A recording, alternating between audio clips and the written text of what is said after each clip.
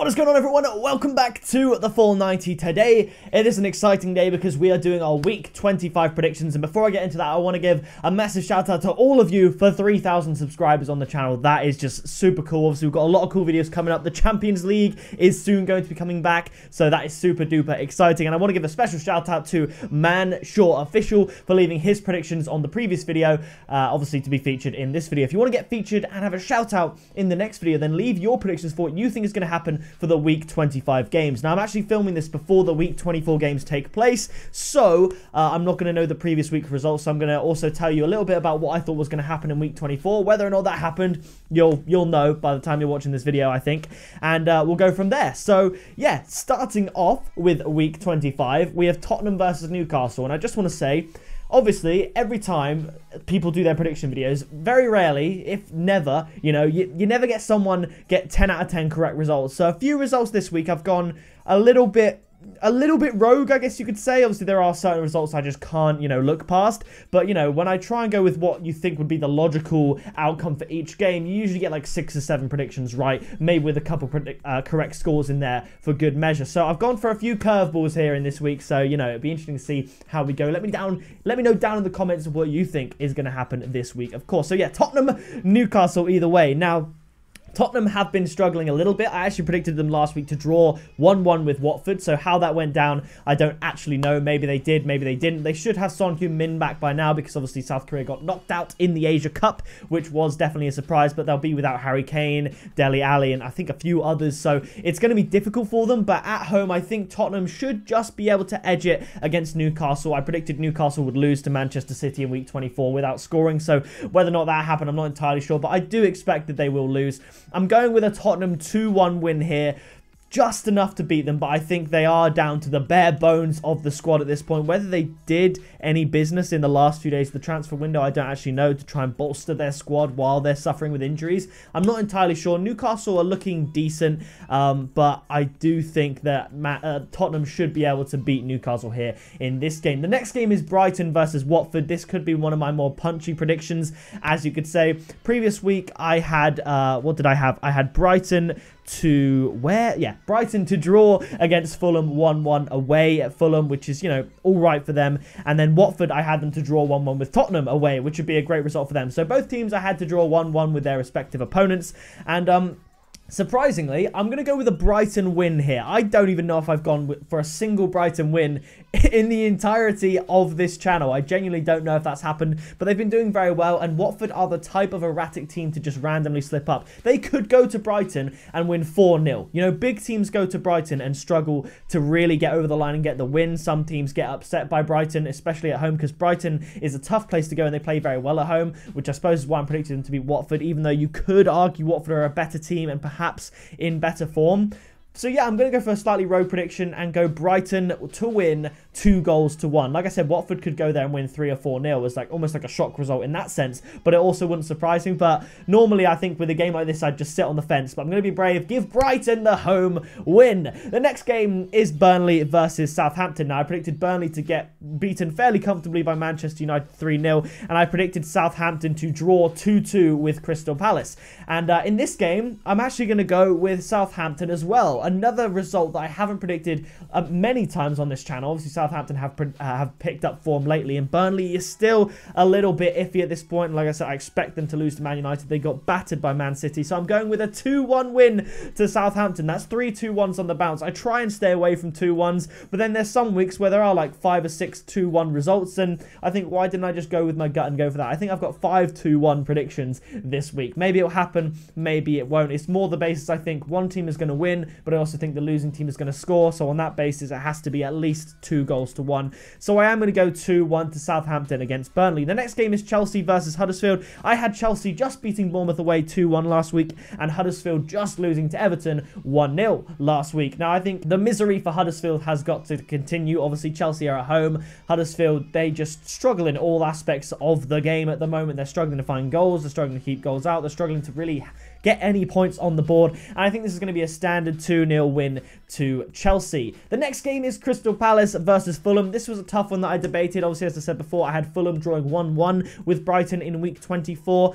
and I had Crystal Palace drawing with Southampton 2-2 in week 24. So goals there. And I think given the recent form, and although Crystal Palace are at home and they tend to struggle at home, they did manage to beat Tottenham 2-0 at home. I predicted it'd be a 2-1 win to Palace in that game, but which would have happened had Trippier not completely missed his penalty. But, you know, it was 2-0 in the end. So Palace finally scoring a few goals at home, and Fulham, they are still very, very shaky. And I'm going with another 2-1 to Palace at home at Selhurst Park, giving the home fans something else to cheer about and making Fulham's season a little bit more difficult. Do I think they're going to get relegated? I'm really 50-50 at this point. It's really tight, and I'm not entirely sure. But yeah, another 2-1 there to Crystal Palace. Coming up, we have Everton against Wolves. Last week, I had Everton to beat Huddersfield 1-0, and I had Wolves to beat West Ham 2-1. Now, this was a tricky prediction. This, I guess you could argue, is another punchy prediction, kind of like the Brighton-Watford game. I'm actually predicting Wolves to win this one in a very close, tight game, 1-0. You might think that's a bit strange with the games like Everton and Tottenham having 8 goals in it, the recent game Wolves and Leicester having 7 goals in it. I think this one is going to be a tight affair, going back to the way Wolves used to win earlier on in the season,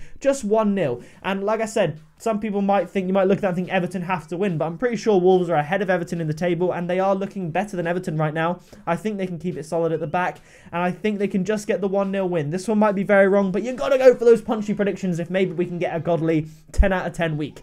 So yeah, 1-0 to Wolves in that one. The next game, Cardiff versus Bournemouth. I predicted Cardiff would lose comfortably to Arsenal 3-0, and that Bournemouth would just miss out at home against Chelsea 2-1, as I already mentioned. And I think this is going to be another disappointing day for Cardiff. It's going to be close. I think it's going to be a very, very good game, and Cardiff are going to be well up for it. I think they're going to be really trying to attack Bournemouth's back line. But I think as Bournemouth like to go forward as well, and I do think Bournemouth are a better team, I'm going with Bournemouth just to edge this one 2-1, which obviously will be difficult for Cardiff, but a much needed win for Bournemouth as well. The next game is Leicester versus Manchester United. This is a difficult one because at the time recording, Ole Gunnar Solskjaer and his men are still undefeated, and if my predictions in week 24 were correct, they would still be undefeated, which is absolutely insane. So I predicted Manchester United to beat Burnley 3-0, and Leicester, I predicted them to lose to Liverpool 2-0. This game, it's at home, it's at Leicester. Leicester have been scoring goals lately, but if you watch the Wolves game, Leicester's defence, specifically at the beginning, was woeful. They let Wolves get into that game way too easily, and that is essentially why they lost it. They had great character and showed great spirit coming back with the goals. There was some decent attacking play, but their defence really let them down. I'm predicting the same thing to happen here with not quite a 4-3, but a 3-2 win to Manchester United to continue Ole Gunnar Solskjaer's fine run as interim manager. Let me know down in the comments, do you think he should get the full-time job or not? I'm kind of at the stage where I think, you know, you don't need to make a decision as to who your manager's going to be yet. Let him have the tough games, let him play Chelsea in the FA Cup, PSG in the Champions League, and see where they're at in March, April, May, and then decide, because, you know, that's probably the best way moving forward there. But yeah, Manchester United just to edge that one with a 1-goal winning margin. The next game, probably the biggest of the week, Manchester City against Arsenal. Obviously, Man City beat Arsenal 2-0 back in the summer at the start of the season. I'm predicting an easy enough Manchester City win here.